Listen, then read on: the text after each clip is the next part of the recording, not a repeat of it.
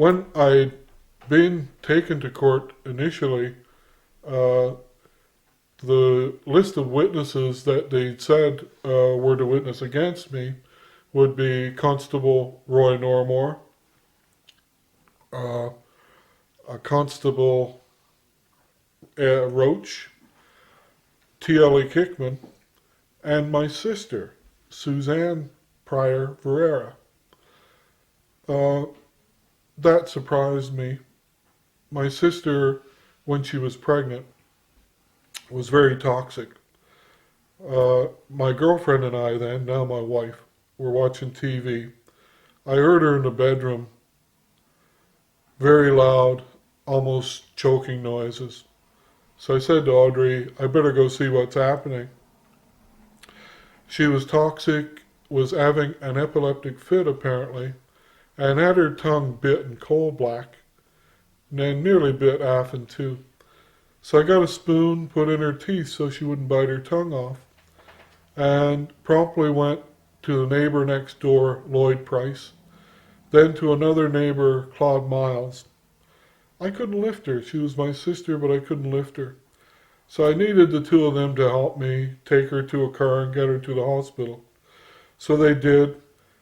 And I said to the doctor, Sir, why couldn't I lift my sister? And he said, you just saved her life. She was a dead weight. And I said, yeah. And he said, oh, yeah. 5 more minutes and you wouldn't have had a sister. So I said, oh, yeah. So the next day I went to the hospital to visit her, and Audrey came with me again. Uh, our mother was there. And I was promptly told, look, I didn't ask you to save my life. You get the F out of here. And my mother says, yeah, you better get out of here because you're just annoying her.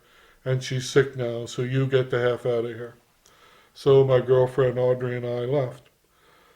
I was surprised that she would witness against me in a court to say I'm lying. She knows it's true.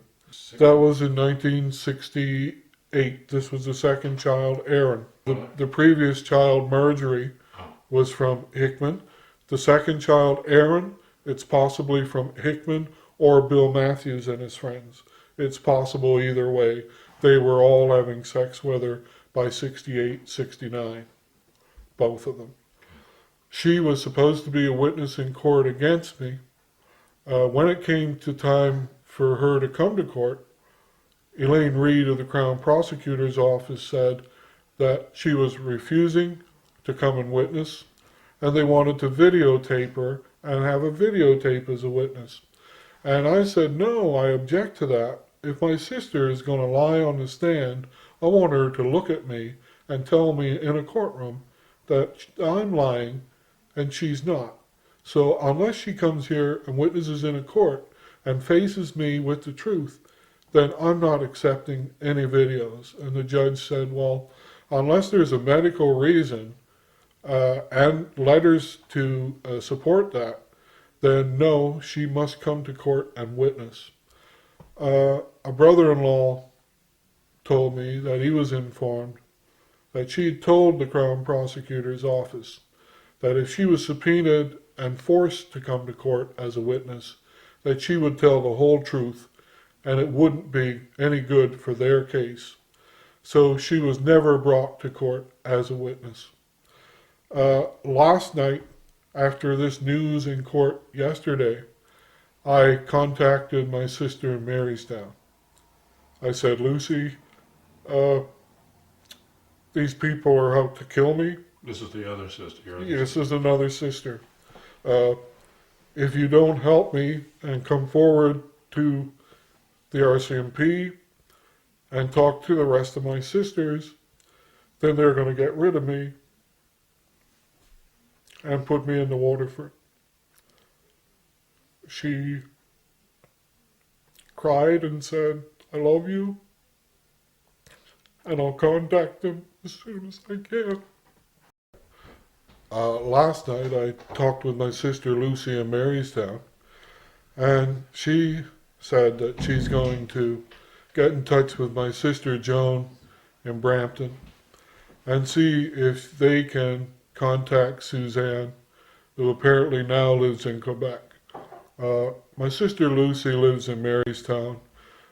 Joan, my sister Donna, my brother Ellen, and live in Brampton, Ontario. And apparently my sister Suzanne now lives someplace in Quebec. I don't know her address. But Lucy said that she's going to talk to Joan, and they're going to see if they can get together and approach possibly the RCMP or someone that they can contact and see if she can help support me.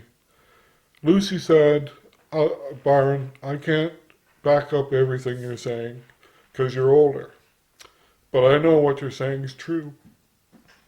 And hopefully, I'm hoping that between now and the 21st, when I have to go back to court, that maybe we can get together.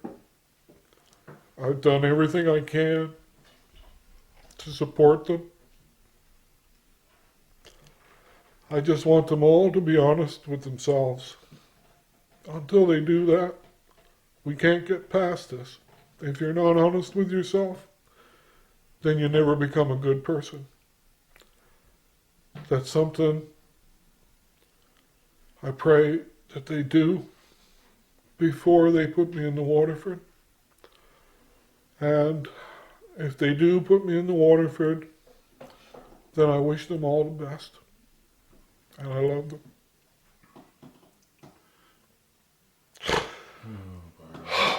So when was the last time you've talked to Suzanne? How long has it been? I haven't spoken with my sister Suzanne since I called her when the court started initially. I believe that was 2007. I called her at her office in Toronto and spoke with her for about an hour. I asked her then, Suzanne, please help me out here.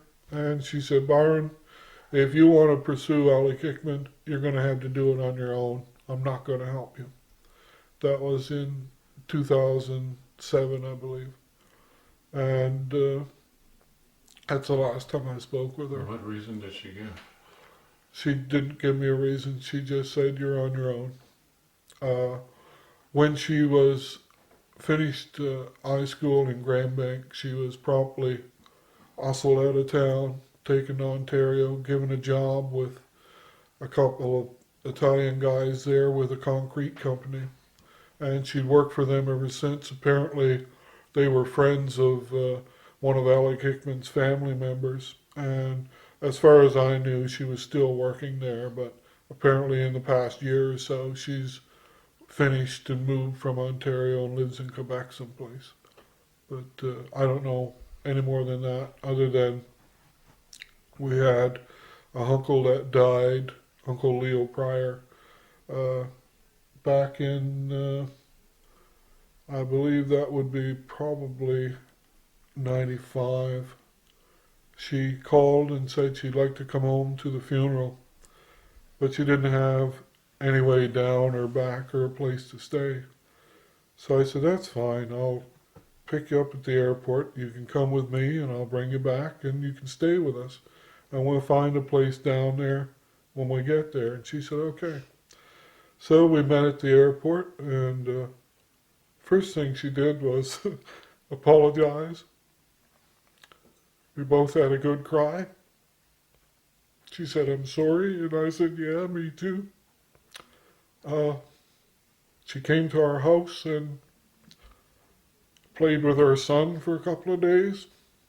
We went to the funeral and came back, and I thought, well, I got my sister back.